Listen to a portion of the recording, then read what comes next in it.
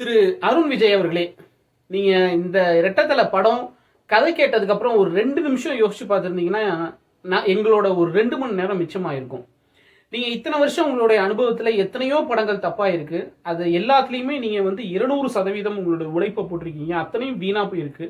அதற்கு ஒரே ஒரு காரணம் உங்களுடைய கதை தேர்வு மட்டும்தான். அதுல நீங்க கோட்ட விடுறது மட்டும்தான்.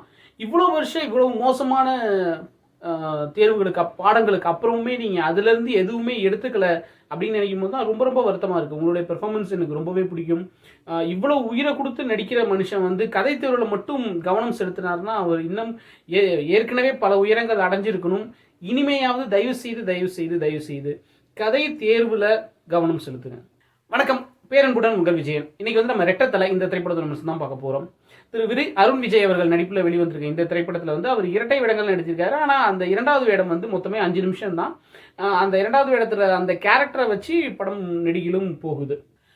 மான் கராத்தே மாதிரியான ஒரு ஜனரஞ்சகமான ஒரு படத்தை எடுத்த இயக்குனர் இந்த படத்தை எடுத்திருக்காரு அப்படிங்கிறதே நம்பும்படியா இல்லை. அதுக்கப்புறம் அவருடைய இரண்டாவது படம் கெத்து கூட ஓரளவுக்கு நல்லா தான் இருக்கும்.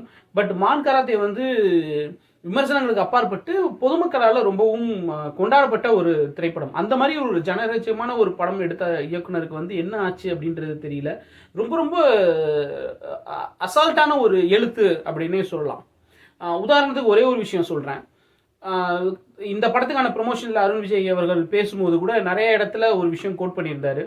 யானை படத்தில் ஒரு ஃபைட் சீக்வன்ஸில் அவர் செருப்போட ஓடி நடந்து போகும்போது நெல்லை மிதிச்சுட்டு ஓடுற மாதிரி இருக்கும். அதனால செருப்பை போகிற ஸ்பீடில் அப்படி செருப்பை தூக்கி போட்டு வெறும் காலில் நெல்லை மிதிச்சுட்டு ஓடுற ஒரு சீனை பற்றி அது ஹரி எவ்வளவு நல்லா எடுத்தார் அப்படிங்கிறத பற்றி பெருமையாக பேசியிருந்தார். ரொம்பவே அது நான் எல்லாருமே கவனித்து பாராட்டின ஒரு விஷயம் அந்த படம் வரும்போது. அதுக்கு அப்படியே ஆப்போசிட்டாக இந்த படத்தில் ஒரு சீனில் அவர் வெறுங்காலோட ஓட ஆரம்பிக்கிறாரு, துரத்துறாரு ஒரு கேரக்டரை. ஓடிக்கிட்டு இருக்கும் போதே திடீர்னு பாதி வழியில் அவர் காலில் ஷூ இருக்குது. ரொம்ப சாதாரண ஒரு லாஜிக் இதுதான். இவ்வளோ ஊர்ந்து கவனிக்கணுமா அதை அப்படின்னா அது வந்து சாதாரணமாக கடந்து போயிருந்தால் அது கவனிச்சிருக்க மாட்டோம். பட் அந்த சீன் எங்கேருந்து ஆரம்பிக்குதுன்னா அவர் காலில் வந்து ஒரு ஃபோக்கஸ் பண்ணி காமிக்கிறாங்க. அவர் கால் வந்து அந்த இடத்துல ஒரு பிரதானமான ஒரு விஷயத்தை ரிவீல் பண்ணுது ஒரு கேரக்டருக்கு.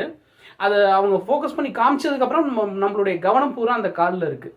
அவங்க காமிக்கும் போது வெறுங்காலில் இருக்காரு, அதோட ஓட ஆரம்பிக்கிறாரு. நடுவழியில் அவருக்கு காலில் ஷூ வந்துடுது. இந்த மாதிரி கொஞ்சம் கூட லாஜிக்கே இல்லாமல் எழுத்தில் வந்து இவ்வளவு சொதப்பி ஒரு எழுத்து, அதுக்கு இவர் எப்படி ஒத்துக்கிட்டாரு அப்படிங்கிறது தெரியல. இல்லை ஒருவேளை இவருக்கு சொல்லும் போது நல்ல விதமாக சொல்லி அது எடுக்கும் போது சொதப்பிடுச்சா அப்படிங்கிறதும் தெரியல. மொத்தத்தில் 2 மணி நேரம் தான் படமே. இல்லை 1 மணி நேரம் 53 நிமிஷம் தான் படமே. பட் 2 நிமிஷம் கூட உட்காந்துருக்க முடியல. அவ்வளவு மோசமாக இருக்குது எழுதியிருக்கிறது. படத்தில் இன்னொரு ரொம்ப ரொம்ப மோசமான விஷயம் வந்து ஜான் விஜய்.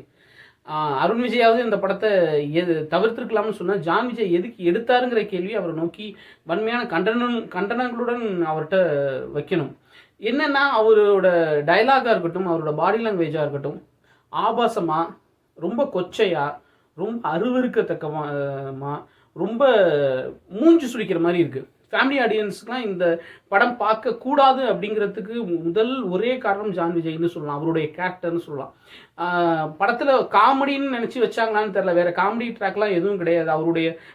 அவருடைய கேரக்டர் தான் கோமாளித்தனங்கள் பண்ணுது. பட் சார்லி சாப்ளினும் கோமாளி தான், இந்த மோசமான செய்கையை செய்கிற ஜான் விஜயோட கேரக்டரும் கோமாளி தான். ஆனால் அது எந்த மாதிரி எடுத்திருக்காங்க, எப்படி காமிக்கிறாங்க அப்படிங்கிறது தான் ரொம்ப இவ்வளவு ஆபாசமாக ஒரு வசனங்கள்லாம் வைப்பாங்க.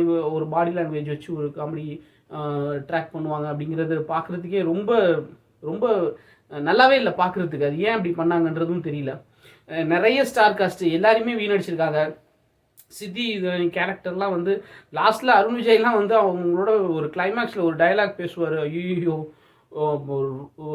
ரொம்ப நான் சொன்ன மாதிரி பார்க்குறதுக்கு எதுவுமே நல்லா இல்லை, எதுவுமே நம்மளோட கனெக்ட் ஆகலை. படத்தில் கனெக்ட் ஆகிற மாதிரி எந்த விஷயமுமே இல்லை.